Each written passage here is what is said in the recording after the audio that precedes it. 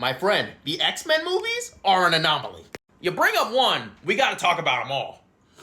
Because this is one of the craziest roller coasters of quality I've ever seen in a big budget franchise. With the original trilogy being a roadmap for what you can expect going forward.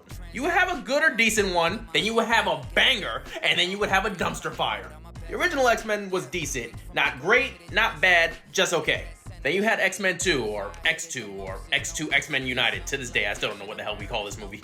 This right here is the one. The Nightcrawler in the White House scene, the mansion invasion. Pick a scene, it was goated. It is to this day one of the best in the franchise, and it let us know that we was in good hands. This is when we knew we were not in good hands. I watched this in theaters. I want my money back to this day. So then they figured, you know what, we're focusing on way too many characters. We need to narrow this down to the most popular. So we were gonna get a series of one-off movies focusing on one X-Men character per film. And we were gonna start with a guaranteed hit. We were gonna start with the most popular character in the franchise, introduce one of the most requested characters in the comic books, and make some modifications to make him even better. This is gonna be the start of a long-running series of origin movies that are absolutely gonna happen. So then after we all recovered from cancer, they decided that they desperately needed to switch gears. And this is when we got what I refer to as the golden age of X-Men movies. We got 4 back-to-back bangers. The timeline don't make sense? Scrap it. The only good thing about our last origin movie was the video game adaptation? Alright, we'll just focus on the origins of a different cast of X-Men. They didn't like this bit of cinematic genius? Us neither. Let's make fun of it. And as the cherry on top, we will apologize for that bad Wolverine movie with an okay Wolverine movie. We was back on track, baby. The MCU, the Dark Knight trilogy, y'all got competition.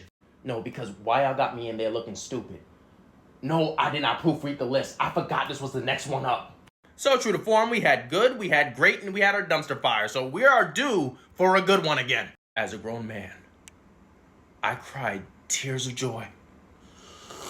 There are no notes. There's no need for an explanation. Logan is the best film in the entire X-Men franchise. They had a send-off so perfect that you should never bring this character back unless you have an absolutely good reason to. Then we followed that up with Deadpool 2, which by all accounts is a pretty good follow-up to the original. Are we back in the golden age? Are we getting good X-Men movies again? Bro, highlight these. Highlight these. Got me in there looking stupid on Beyonce's internet during Black History Month. Oh, God. We are at the next to last movie in this franchise. And y'all have introduced aliens. Aliens that are not hinted at in any of the other movies. And also these characters have not aged a day in the 30 years that this series is set in. And then we got whatever this was, and then the series died. And by that point, Fox had sold to Disney, so we were convinced that we were just never gonna see this universe ever again. But one thing about Disney Marvel, if they own it, they're gonna use it. But as always, I want to hear from you guys. What are your thoughts on the X-Men movie franchise, and which one was your favorite? Whatever your answer be, leave in the comments, let me know.